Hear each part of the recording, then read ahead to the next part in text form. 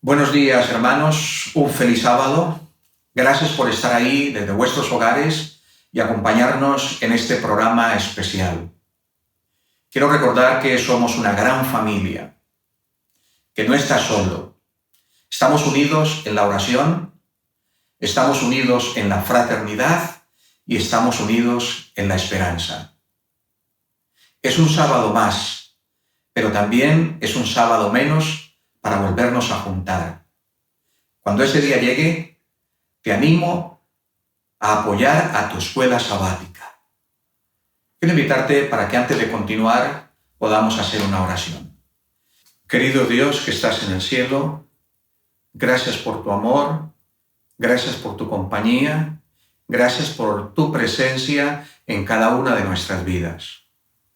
Te agradecemos por el cuidado que has tenido hasta ahora con las familias que están sufriendo directamente esta pandemia, por los sanitarios y por las demás personas que están trabajando para frenar esta situación. Te invitamos para que te quedes con nosotros en esta hora y siempre y nos des tu bendición. En el nombre de Jesús. Amén.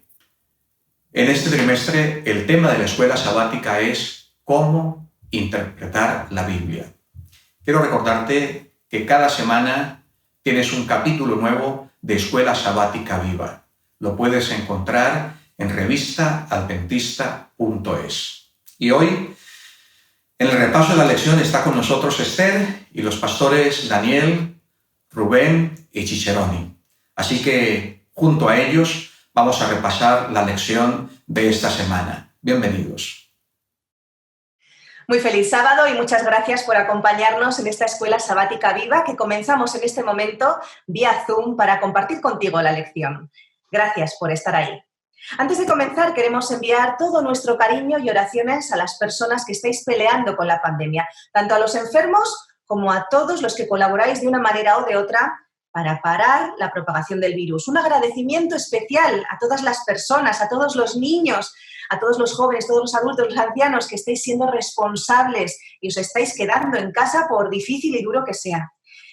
Llevamos ya unos cuantos días y es normal que estemos deseando volver a nuestra realidad, salir a la calle, ¿verdad? Y creo que todos compartimos hoy más que nunca el deseo de poder ir a la iglesia, de ver el sol, de disfrutar de la brisa en la cara. Pero como eso no es posible, vamos a disfrutar de esta escuela sabática viva juntos, que estoy segura de que va a ser como un soplo de aire fresco, o al menos eso vamos a intentar. Bueno, este trimestre vamos a analizar en profundidad el libro de los libros. Vamos a hablar acerca de la Biblia. Estamos hablando acerca de la Biblia. Un libro que responde a nuestras preguntas más profundas como seres humanos. ¿Quiénes somos? ¿De dónde venimos? ¿A dónde vamos? ¿Qué hacemos aquí? ¿Verdad? Un libro que nos ayuda a vivir mejor y que es capaz de cambiar nuestra vida por completo y transformarnos. Hoy vamos a hablar de la lección 2, el origen y la naturaleza de la Biblia. Y lo vamos a hacer con nuestros pastores invitados, con el pastor Cicerone Comanescu. Muchas gracias por acompañarnos, Cicerone. Gracias a vosotros. También con el pastor Daniel Moreno. Muy bienvenido, Daniel. Un placer poder acompañaros. Y por supuesto con el pastor Rubén Guzmán. ¿Cómo estás, Rubén? Muy bien, gracias. Espero que vosotros y todos los que nos están escuchando también. Bueno, pues si os parece vamos a comenzar con una muy breve oración y vamos a empezar también con el pastor Daniel Moreno. Vamos a orar brevemente. Querido Señor, te damos gracias por la oportunidad que tú nos das de compartir esta lección con nuestros hermanos, con nuestros amigos, Señor, con todas las personas que pueden y quieran escuchar esto. Y te pido, Señor, que estés con cada uno de nuestros pastores para que lo que digan, Señor, sea inspirado por ti. En tu nombre santo, amén. Amén. Amén. Bueno, pues vamos contigo, con Daniel Moreno. Vamos a ver, hemos dicho en la introducción que la Biblia es un libro muy especial. Ella misma nos indica que está inspirada por Dios. ¿Qué significa, Dani, eso de que toda la Biblia está inspirada por Dios? ¿Cómo podemos explicar ese proceso? Pues es una muy buena pregunta, Esther, porque de la respuesta a esta pregunta influirá nuestra comprensión de la Biblia. Hay palabras que a lo mejor las hemos usado muchas veces, pero parecen como misteriosas. Por ejemplo, el concepto de la revelación o el concepto de la inspiración. Y quizás son más prácticas y más cotidianas de lo que podemos imaginar, ¿no? Revelación, en definitiva, es descorrer un velo, ¿no? ¿Cuántas veces pensamos que Apocalipsis es un libro encriptado? Y sencillamente lo que está diciendo es que descorramos el velo y que de alguna forma Dios comunica un mensaje por medio de un profeta y lo hace de una forma fidedigna, lo hace de una forma auténtica. Me gustan mucho las palabras de Amós 3:7 cuando dice que Dios no hace nada sin revelar su secreto a sus siervos los profetas.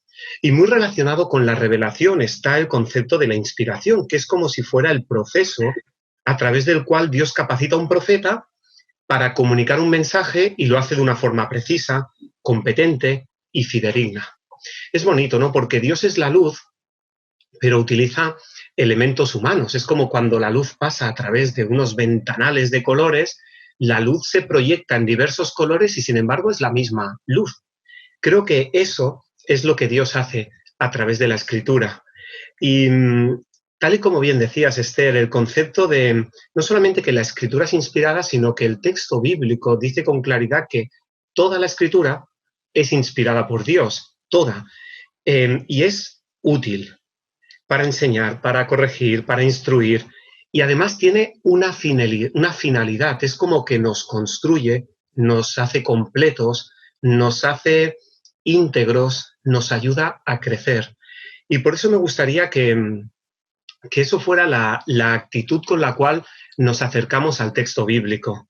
Sé que este tema se le ha dado muchas vueltas desde el punto de vista histórico, han existido muchas tendencias que le han quitado el elemento sobrenatural, tendencias que a lo mejor hablaban acerca de la inspiración verbal y entonces descuidamos a lo mejor el contexto histórico.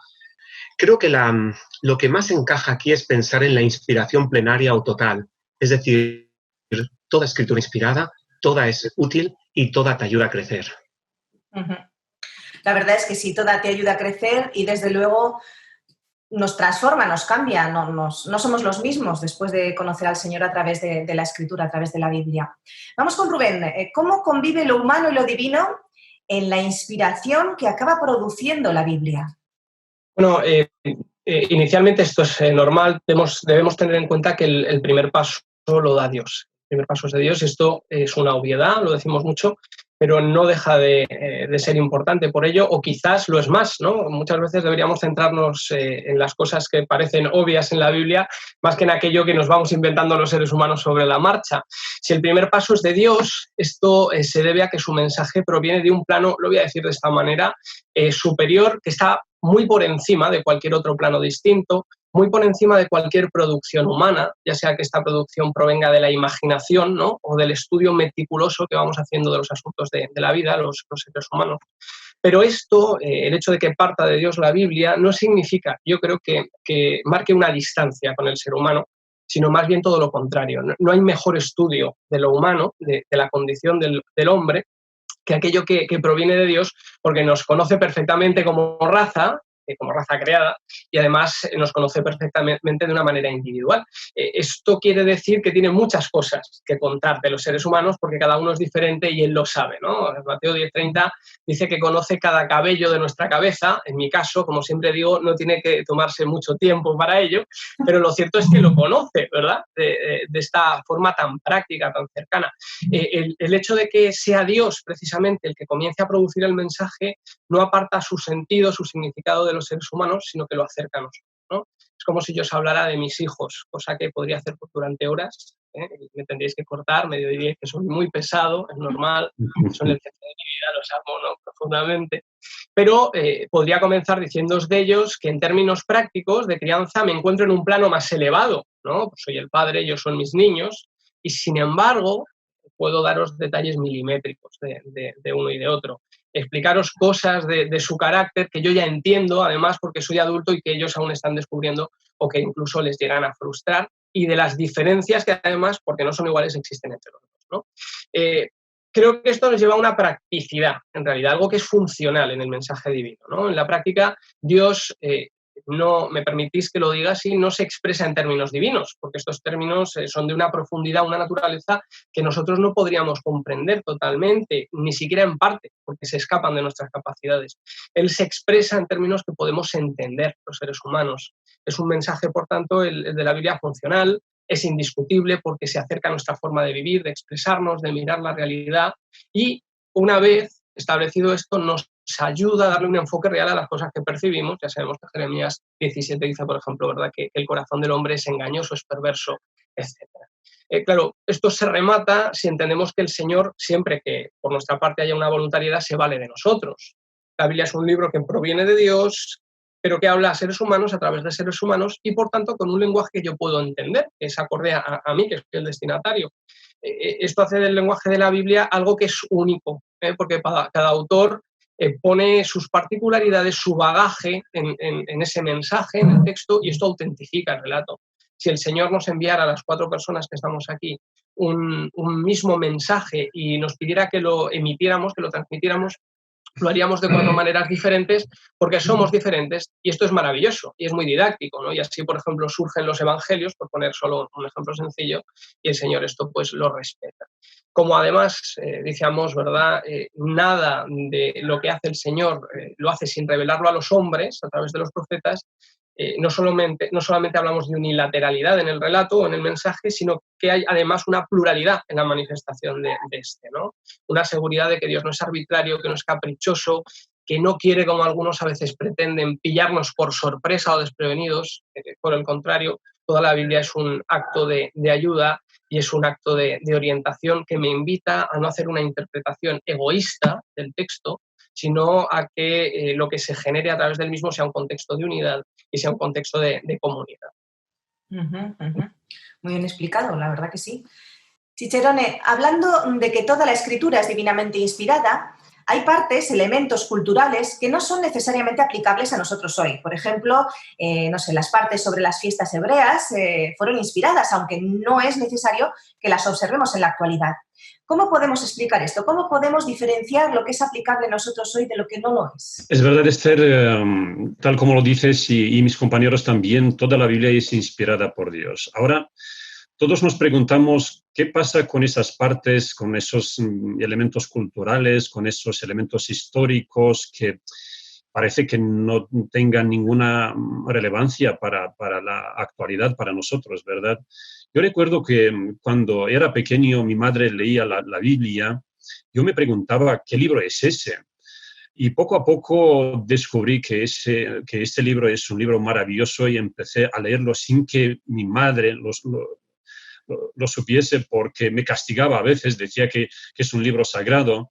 Y empecé a leer y me encontré con todas estas historias tan bonitas, con todos esos momentos culturales, elementos culturales de la Biblia, y la verdad es que me gustaron mucho desde pequeño. Pero como todos vosotros, y yo también me pregunté por qué aparecen todos estos elementos culturales en la Biblia.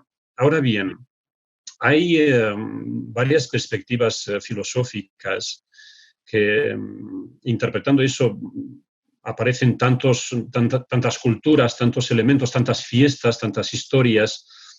Defienden la idea de que, en este caso, la Biblia no es inspirada por Dios, porque todas estas sociedades antiguas, con sus culturas, pues han intentado percibir algo de lo divino y de esta forma han construido lo que es el relato bíblico. Diciendo con eso que es simplemente un libro, la literatura, una especie de literatura de origen humano. Sin embargo, la Biblia es revelación de Dios en esas culturas distintas. Es verdad que la Biblia nos presenta todos estos elementos culturales, pero es Dios quien entra en esos momentos históricos, en esas culturas, y es verdad que los elementos culturales, bueno, a veces traspasan, ¿no? Porque, bueno, por tradición nosotros tenemos algunas costumbres que a veces sí se remontan en la antigüedad, incluso en esos pueblos, porque en las sociedades modernas encontramos, ¿no?, restos de... Sin embargo, no es trascendental, no es relevante, no es transgeneración la cultura, sino lo que Dios revela en esas culturas. Y cuando leemos la Biblia de esa forma, ¿no?, la revelación, esa es la capacidad de Dios para coger la cultura y ahí descubrirse. Y cuando Él se descubre, cuando revela su voluntad, efectivamente, eso es lo relevante, eso es lo transgeneracional que llega hasta nosotros porque transcende culturas, transcende tiempo y sociedades.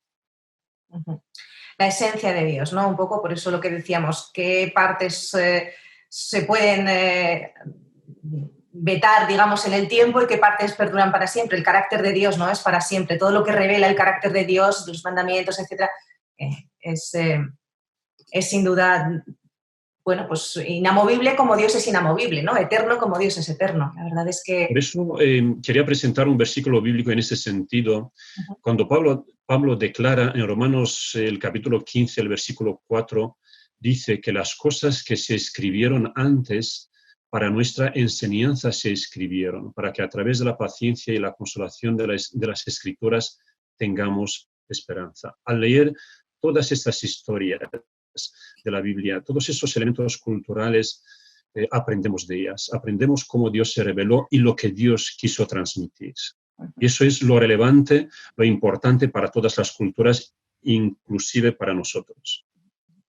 Porque antes Rubén decía, ¿verdad?, que Dios es un poco un padre, ¿no? Tú hacías ese paralelismo, Rubén, con un padre, y realmente es así. O sea, Dios es el mayor pedagogo del mundo, se adapta a cada cultura, a cada momento de la historia para estar con el ser humano, ¿no? Entonces, comprender a la Biblia, comprender a Dios dentro de la Biblia requiere esa comprensión también de esa cultura, de ese contexto histórico, en fin, de todo esto, ¿no? Es interesante. Y si hay algo o alguien que nos ayuda a entender la Biblia, Daniel, yo creo que podríamos hablar de Jesús, ¿no? ¿Qué paralelismos podemos encontrar entre Jesús y la Biblia? Efectivamente, Esther.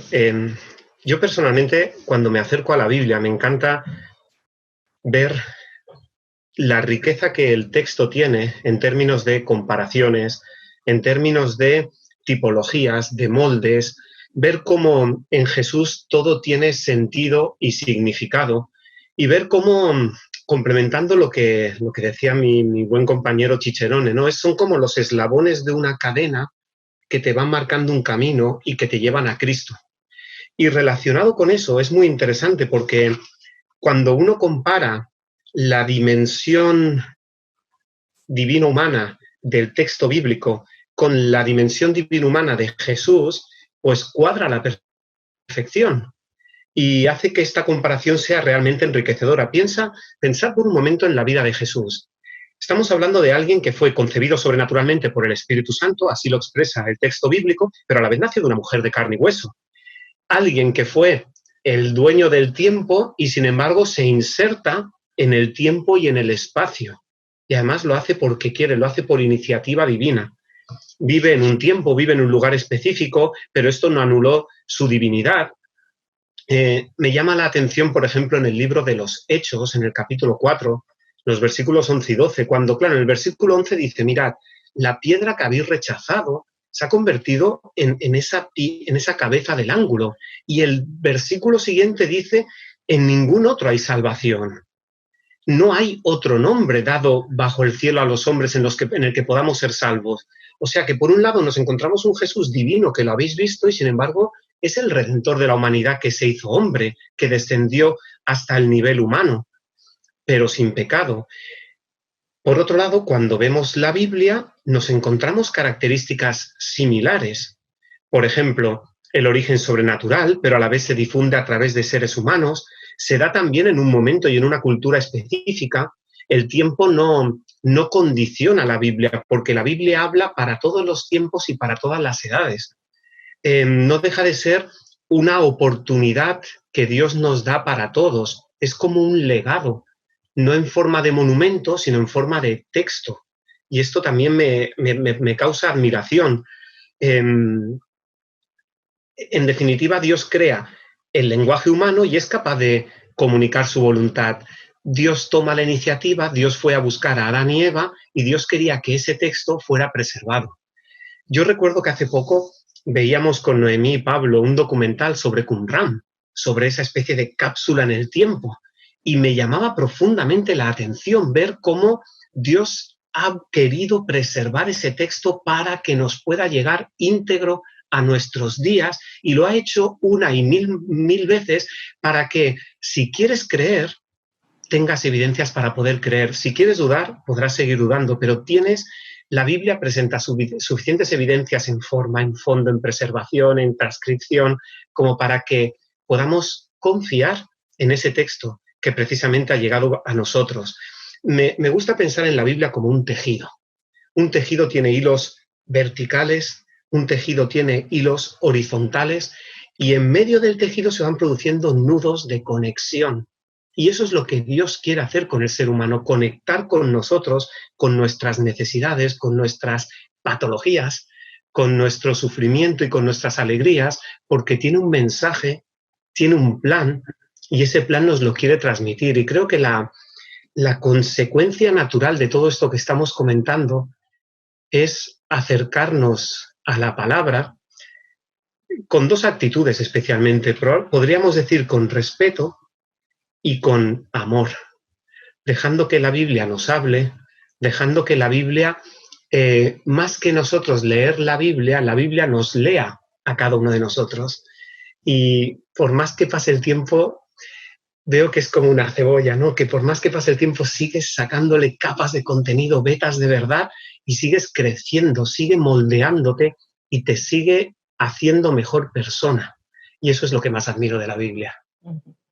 Su poder de transformación, ¿no? Es lo que más admiramos de ella, que nos cambia, nos hace diferentes. Es maravilloso. Y desde luego estoy de acuerdo contigo, ¿eh? Nada de prejuicios al acercarnos a la Biblia. Si pensamos que no tiene nada que decirnos, no nos dirá nada. Ahora, si pensamos que tiene todo para decirnos, nos va a decir cada vez más. Es esa cebolla de la que hablas, ¿verdad, Daniel? Cada vez vamos a profundizar más. Y supongo que a vosotros también os ha pasado. Leer un texto en un momento de vuestra vida que tiene un significado y en otro momento tiene otro significado. Todo siempre dentro del contexto, ¿eh?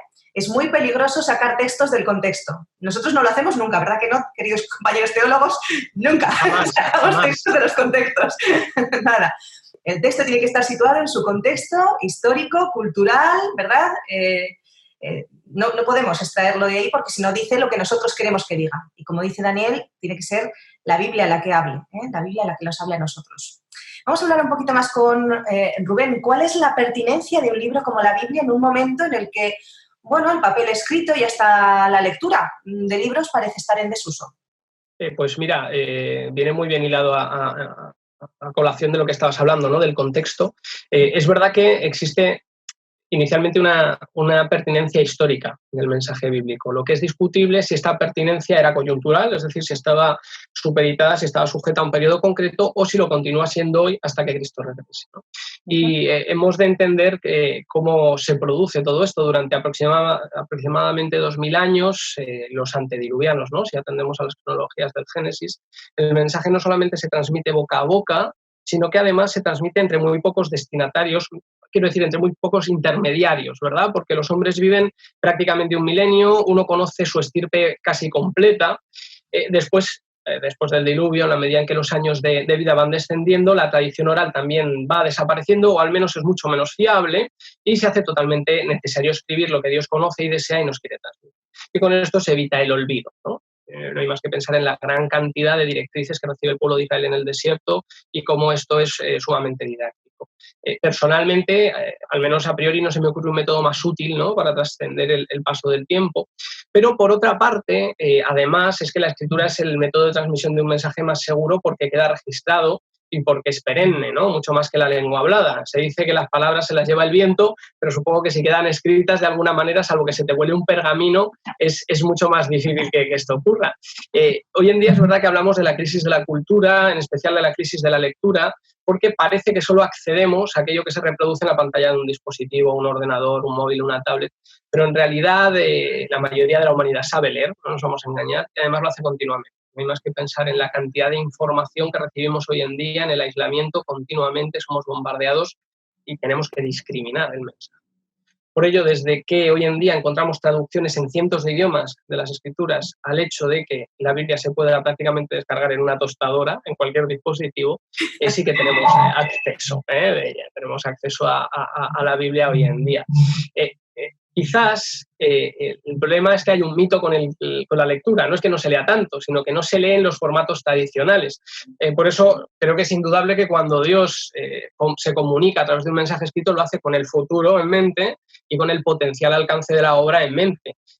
Va a haber una labor meticulosa de los escribas, ¿verdad?, que va a servir para fijar ese mensaje y transmitirlo de la manera más fidedigna en relación al original. Por tanto, el problema no es tanto plantear si la Biblia ya es pertinente, sino en cómo nosotros comunicamos dicha pertinencia. Y este quizás es un debate que no es el actual o que excede a lo que estamos tratando, pero que merece la pena ser tenido en cuenta, ¿verdad? Es que incluso me atrevería a decir más y voy a intentar modernizar el propio pasaje bíblico, el propio relato. Existe en la Biblia una modernidad manifiesta y además que es poco común en la antigüedad, que es de la pluralidad de autores, ¿no? Hoy en día encontramos publicaciones escritas a varias manos, incluso que son producidas por personas que no son literatos, ¿no? Influencers, youtubers, todo el mundo escribe y encuentra sus libros en las estanterías frente a los de escritores pues, más clásicos, ¿no? Lo que todo el mundo consideraría que es un escritor cuando piensa en ello. En las escrituras vamos a encontrar lo mismo, autores, no voy a decir imposibles, pero sí improbables, ¿no? Como el mismo Josué, que era un soldado, un guerrero, y no es inédito que un guerrero escriba, pero tampoco es lo más ordinario. Encontramos a un agricultor como Joel, a un recaudador de impuestos como Mateo, personas que no se dedicaban profesionalmente a esa cosa del escribir, ¿no? Y ellos conviven con otros escritores más ordinarios como Isaías, que era un sacerdote cultivado, Moisés, que no podemos olvidar que también era un jurista, o David, que entre otras muchas cosas era poeta, ¿no? En realidad hay pocas cosas más actuales que la convivencia de este tipo de procesos creativos que permiten alcanzar muy diversos tipos de audiencia a través de la diversidad autoral, ¿no? Y de la propia experiencia profesional y vivencial del que se escribe, que es en definitiva lo que el Señor pretende, ¿no? Que alcance a cualquier tipo de individuo y por eso a muchos de nosotros nos toca más un escritor, un relato que otro, porque también se acerca más a nuestra forma de ser. Si todo esto lo enfocamos como algo global, como en todo tenemos un mensaje pleno y sin duda muy útil. Así es. Cicerón, en la actualidad existen eruditos bíblicos, siguiendo un poco la línea en la que estamos hablando, que niegan la autoría divina de muchas partes de la Biblia, incluso hasta el punto de llegar a negar cosas cruciales, como por ejemplo la creación, el éxodo, la resurrección. Los consideran meros mitos, historias inventadas para enseñar verdades espirituales. ¿Qué podemos decir al respecto? Es verdad, Esther y compañeros, y esto es muy preocupante. Ya que, como decías, muchos eruditos hoy en día atacan, en este caso, lo que es la unidad de la Biblia, lo que significa revelación, inspiración, porque aquí tenemos que hablar de un método de investigación hermenéutico que se llama el método histórico-crítico. Y estos eruditos, y son muchos, y hay muchas comunidades cristianas hoy en día que defienden, que usan este método para investigar, para estudiar la Biblia. Sin embargo, yo y nosotros como Iglesia tenemos una fuerte oposición a este método porque nosotros tenemos una comprensión de la naturaleza y de las autoridades y de la autoridad de las escrituras que efectivamente no se pueden armonizar la comprensión que tenemos con los postulados, con la proyección del método histórico-crítico. En este punto quisiera mencionar tres elementos muy, muy importantes. En primer lugar, el método histórico-crítico ataca e intenta destruir la unidad de las escrituras. ¿En qué sentido? En la erudición bíblica moderna, la unidad de la Biblia suele rechazarse o cuestionarse porque se considera que es una colección de teologías diversas y en ocasiones contradictorias, promulgadas por distintos autores, como son elementos culturales recogidos en diversas sociedades, y como también aquí tenemos que mencionar la perspectiva filosófica que el método histórico-crítico recoge con respecto a la atemporalidad divina, es decir, que Dios no entra en la historia. Entonces, estos autores bíblicos diversos pues, han escrito lo que han percibido, lo que han visto en sus comunidades, interpretaciones, y ahí tenemos la Biblia como un libro literario de origen humano. Nosotros afirmamos y nosotros creemos en la unidad de la Biblia. Creemos que Dios es el autor, que el Espíritu Santo inspiró, que el verbo, que la palabra se hizo carne y tenemos revelación. No es un producto humano. El método histórico crítico hace de la Biblia solamente eso, un producto humano sin nada de inspiración, sin nada. En cambio, para nosotros la naturaleza y la autoridad de las Escrituras residen en que Dios es el autor. En segundo lugar, el método histórico crítico, y quiero recalcar esto porque es muy importante, destruye la historicidad de los personajes y de los acontecimientos de la Biblia. Como decías, Esther, la creación, el éxodo, la resurrección y otros tantos eventos de la Biblia y el diluvio simplemente son inventos humanos, son invenciones literarias sin más.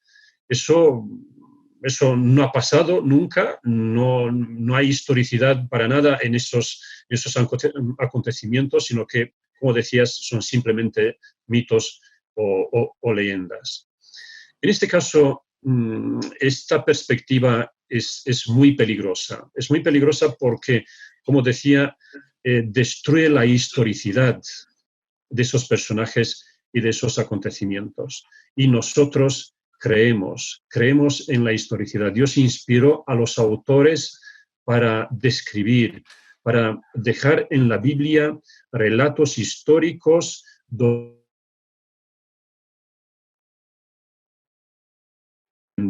para que podamos comprender lo que Él nos quiso transmitir.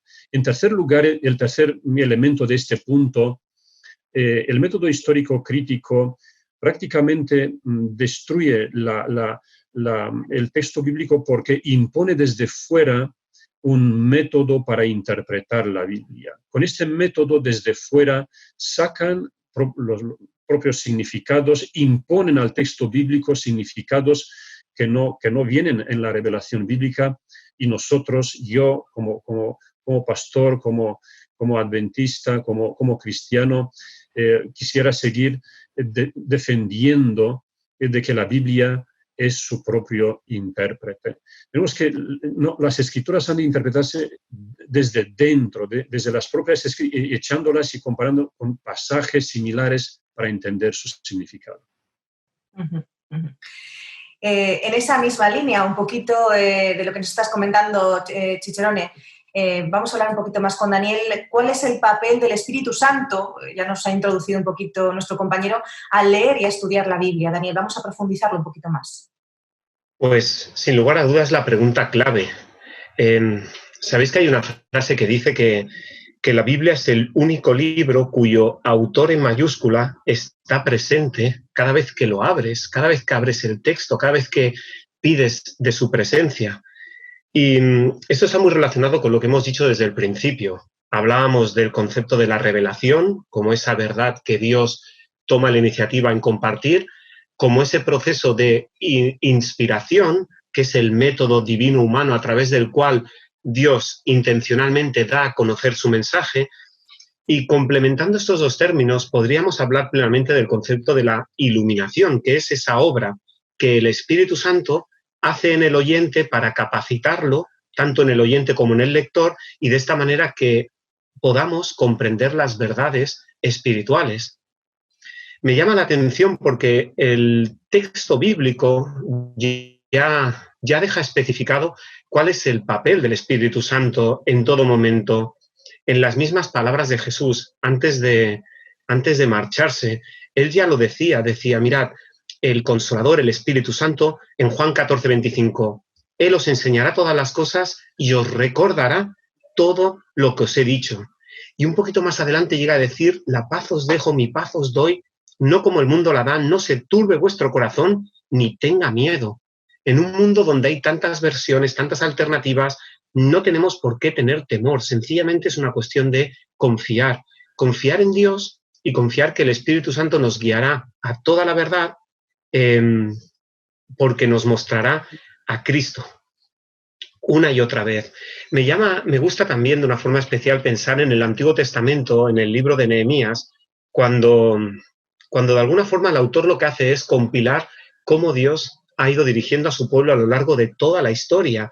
Y en Nehemías 9:19 menciona el concepto del desierto, cómo la columna de nube era una evidencia de la presencia de Dios, o la columna de fuego. Y el versículo 20 llega a decir: enviaste tu buen espíritu para enseñarles. No retiraste tu maná de su boca y agua les diste para su sed. Es como si lo que estamos diciendo ahora fuera toda una invitación a pedir a Dios ayuda para la interpretación del texto, a dejar que la razón esté en un segundo plano y pedirle esa humildad y sinceridad para que sea Dios el que nos muestre esos contenidos. Dale una vuelta más al texto. Pregúntate cosas, vuelve a dar una oportunidad al texto, pregunta qué es lo que el texto bíblico te quiere decir, o quién es Jesús, o lo que hizo por cada uno de nosotros, o cómo es digno de confianza, porque yo estoy seguro que, fijaros, Jesús prometió que estaría con nosotros todos los días hasta el fin del mundo, y lo que Cristo promete lo cumple, y lo cumple a través del Espíritu Santo, que puede hacer que palabras se conviertan en poder, un poder que actúe en la vida del creyente. Por eso creemos que la Biblia es un texto vivo, a diferencia del Quijote. Por eso merece la pena tomarlo mucho más que el alimento físico, porque realmente cambia vidas, y sobre todo dejar que el mismo espíritu que la inspiró nos ilumine en ese proceso. Complementando lo que mis compañeros mencionaban, me llama la atención la página 657 de un libro que es admirable, que es El conflicto de los siglos. Y una de las cosas que este libro dice es que las dificultades bíblicas no pueden ser resueltas por los mismos métodos que se emplean cuando se trata de problemas filosóficos. No deberíamos ponernos a estudiar la Biblia con esa confianza en nosotros mismos con la cual tantos abordan los dominios de la ciencia, sino, y me gustaría dejaros con esto, en el espíritu de oración y dependencia filial hacia Dios, y con un deseo sincero de conocer su voluntad. Debemos acercarnos con espíritu humilde y dócil para obtener conocimiento del gran yo soy. Que ese gran yo soy no es el Dios lejano, es el Dios cercano que quiere seguir beneficiando tu vida y quiere seguir salvándonos de nosotros mismos incluso. Humildad, buscar de verdad a Dios y fe. ¿De qué manera, Rubén, la fe o la falta de fe, de qué manera la falta de fe daña la interpretación bíblica? ¿Por qué necesitamos fe para comprender la Biblia? Bueno, yo espero no redundar mucho en algunos conceptos que ya han aportado mis compañeros y me parecen muy interesantes. Yo creo que la fe como disposición espiritual no es muy diferente a la confianza que se establece a través de las relaciones humanas, evidentemente subiendo un escalón, ¿no?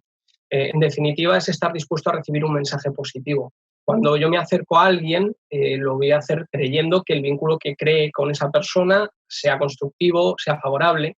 Ya sea que me acerque a un compañero de trabajo, a un amigo, a un miembro de mi iglesia, si mis intenciones no son positivas y son negativas, el espíritu que vive en mí no es el espíritu de Cristo, es otro. Asimismo, yo creo que no se aborda la lectura de un libro con el deseo de que no te guste, ¿no? Mencionaba Daniel el Quijote. Voy a leer el Quijote, espero que sea un libro aburridísimo, ¿no? Vale, por desgracia, irónicamente, sí que sucede a menudo con la Biblia. Por muy diversas razones, se parte de ideas preconcebidas de lo que es la religión, de quién es Dios, de tal manera que cuando lees las Escrituras ya has cegado, has anulado el poder del Espíritu Santo. No hay posibilidad de que el relato bíblico te diga algo. No te puede hablar, por muy inspirada que esté la Biblia, si eres tú quien le demanda a ella lo que tiene que decirte y cómo tiene que hacerlo, además. Así que la falta de fe lo que va a generar en primera instancia es un rechazo frontal al mensaje de las Escrituras.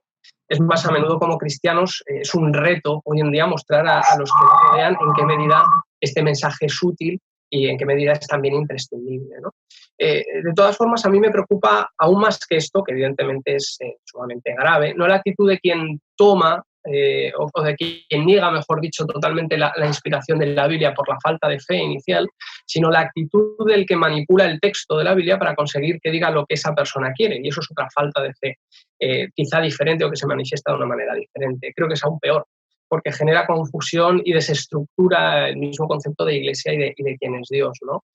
Nos hablaba Cicerone, ¿no?, del método histórico crítico y de cómo pues, hace que pierda historicidad la Biblia, su autenticidad.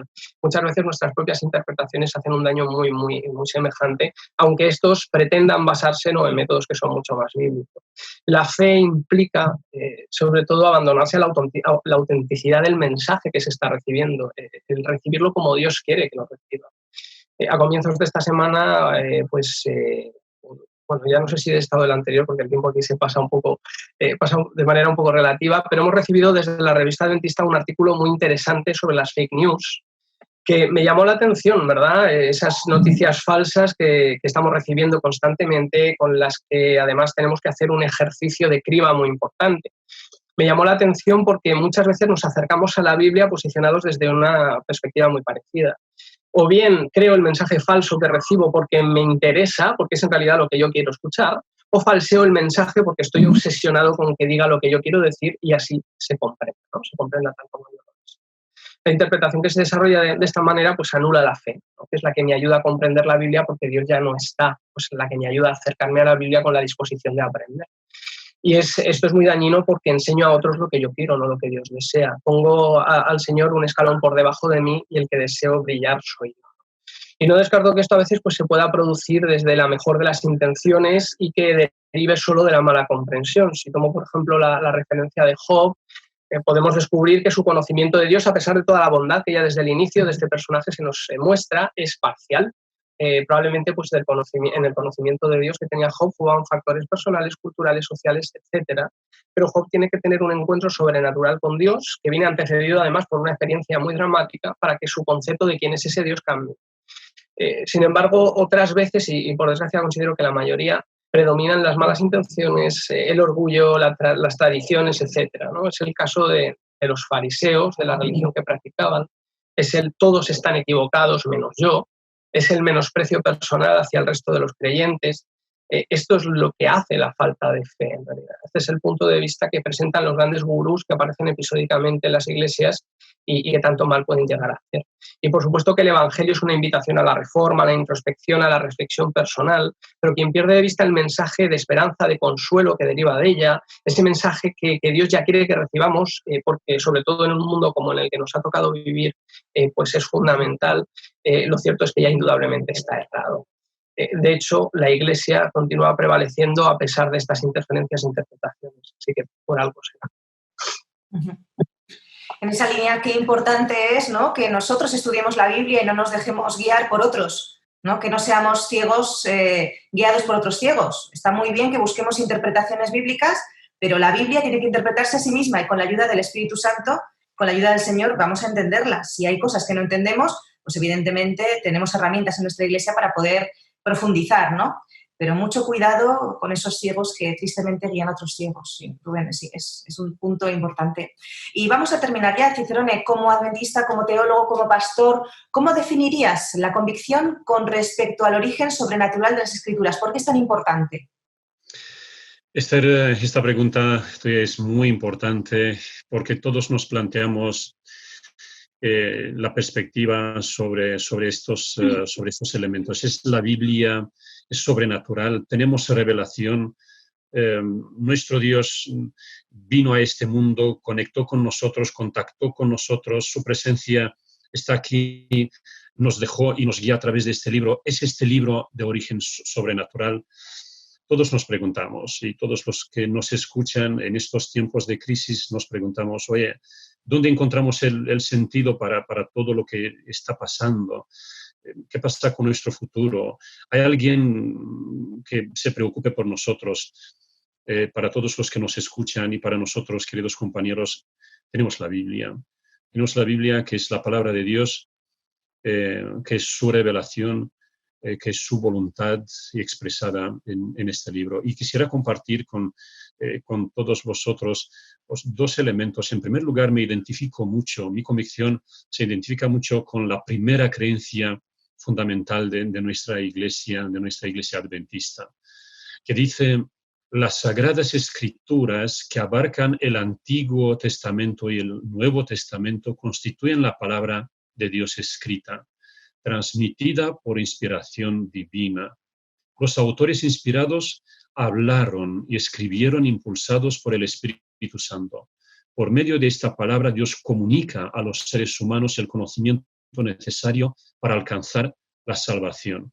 Las Sagradas Escrituras son la revelación suprema, autoritativa e infalible de la voluntad divina. Son la norma del carácter y el criterio para evaluar la experiencia, la revelación definitiva de las doctrinas, un registro fidedigno de los actos de Dios realizados en el curso de la historia. ¿Cómo recoge esta declaración oficial de nuestra Iglesia? ¿Cómo recoge todo lo que hemos aportado en estas presentaciones, ¿no? En segundo lugar, muy brevemente, quisiera presentar, que es para mí muy importante, otro factor que habla sobre la naturaleza, sobre este elemento sobrenatural, ¿no? El origen sobrenatural de las Escrituras. Queridos compañeros y todos, vemos los efectos, vemos cómo Dios a través de este libro cambia tantas vidas. Yo quisiera dar fe de cómo este libro cambió la vida, transformó la vida de mi madre. Hace 1 año y 4 meses mi madre falleció, pero hasta el final ella me dijo: gracias a Dios por esta vida, pero en esta vida he conocido lo más grande. He podido tener el privilegio de acercarme a Dios a través de este libro que me ha cambiado.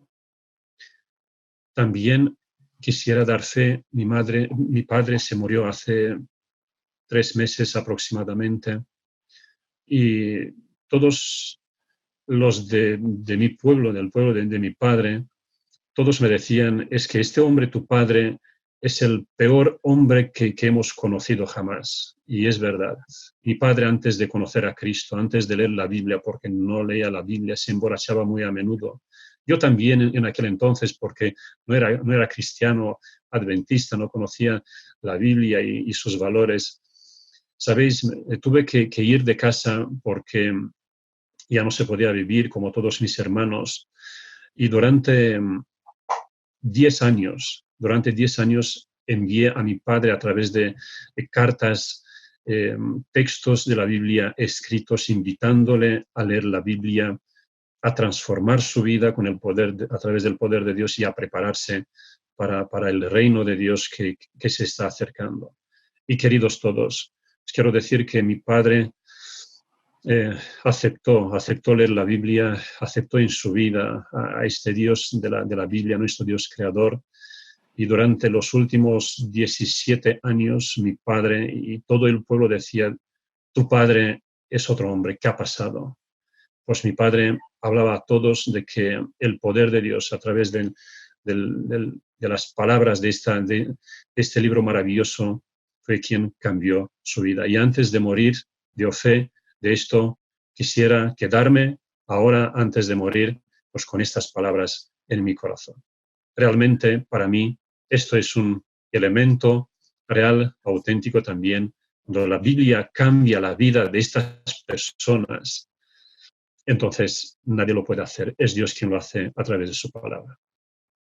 Sin duda alguna, esa es la mayor manifestación de sobrenaturalidad que existe, ¿no? O sea, la transformación del carácter, la transformación de la vida. Muchísimas gracias por haberlo compartido con nosotros, Cicerone. Es algo muy íntimo y de verdad es así. Nosotros conocemos a personas que han tenido cambios tremendos. En nuestra vida ha habido un cambio, eso está clarísimo. Y por eso queremos compartir la palabra de Dios con otros. No solamente para que sean salvos, no solamente porque es algo que Jesús nos encomendó, sino porque ha cambiado nuestra vida. O sea, ya la perspectiva de este mundo es distinta.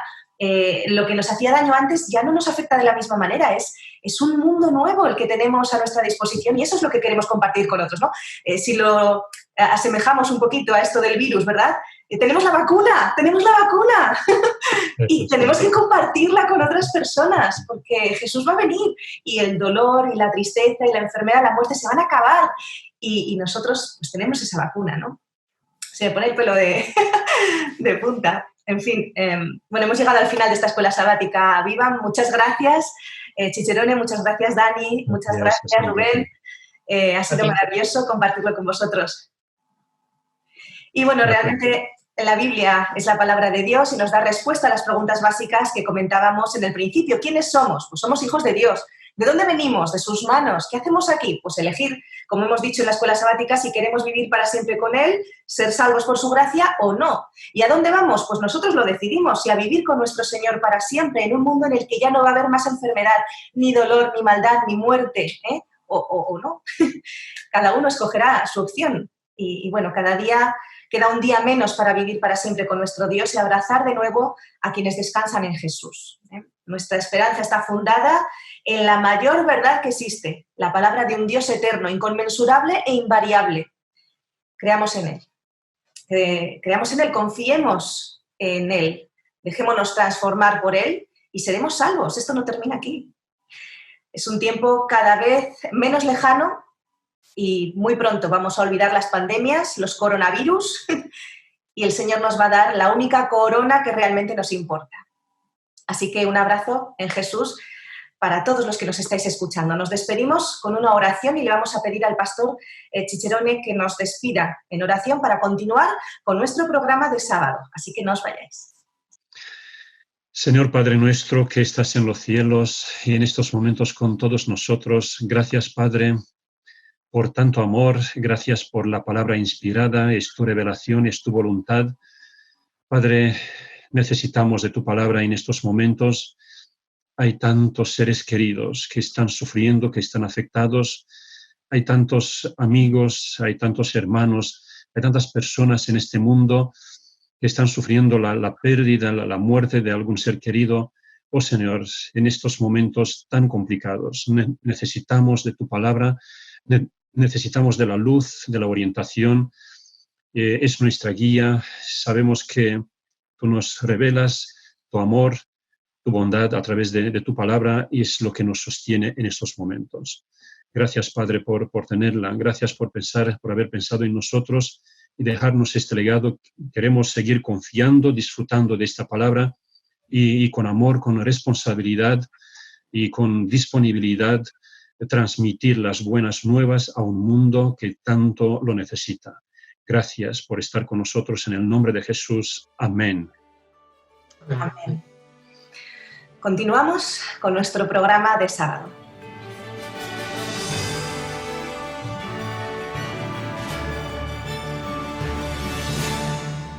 De la lección de esta semana me llevo 3 conceptos importantes. El primero es que a la Biblia nos tenemos que acercar con fe, con la confianza de que este texto es inspirado por Dios, tal y como nos lo dice Pablo en 2 de Timoteo.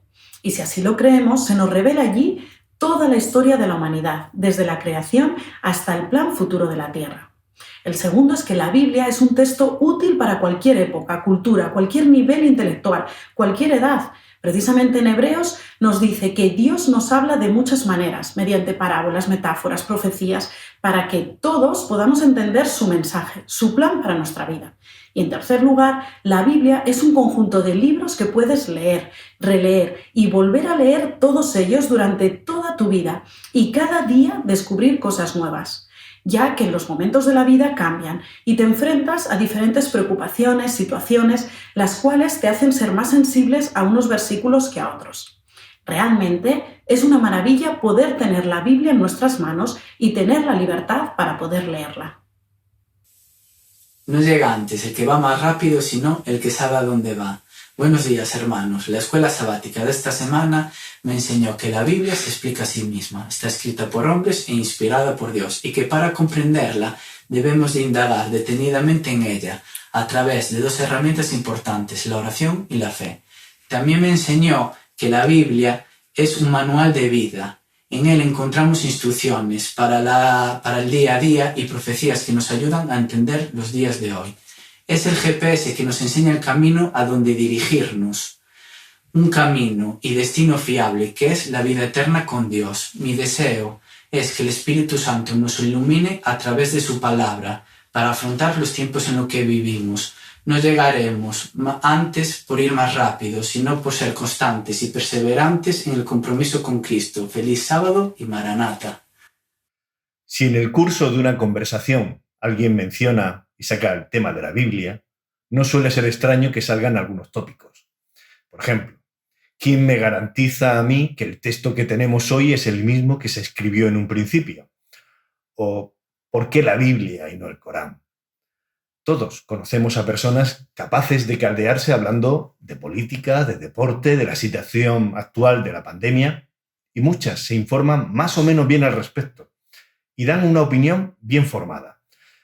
Y sin embargo, muchas de ellas despachan de un plumazo la Biblia, siendo como es la obra completa con mayor impacto en la historia universal a todos los niveles.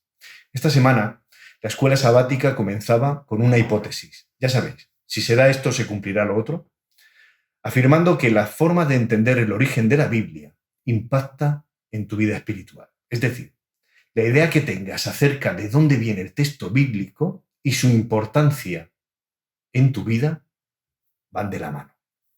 Sin embargo, hay otra idea que me gustaría comentar con vosotros. Se nos dice también que hay que acercarse a la Biblia con fe y no con escepticismo o dudas. Y es verdad, a Dios le gusta que creamos que la relación con Él es real. Ya lo dijo Pablo en Hebreos 11:6. Pero hay algo que la escuela sabática no desarrolla.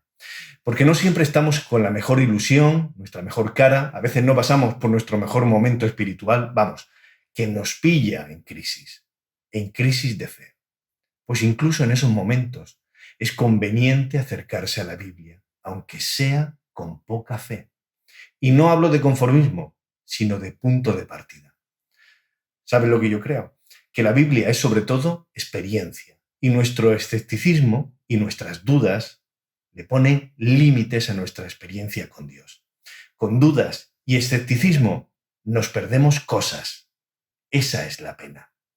Sencillamente, con fe, nuestra experiencia con Jesús es mucho más eficiente, más eficaz y mucho más rica. Es la fe la que te abre un mundo de posibilidades. Crezcamos en fe para no perdernos nada de lo que Jesús tiene que decirnos. Que Dios nos bendiga.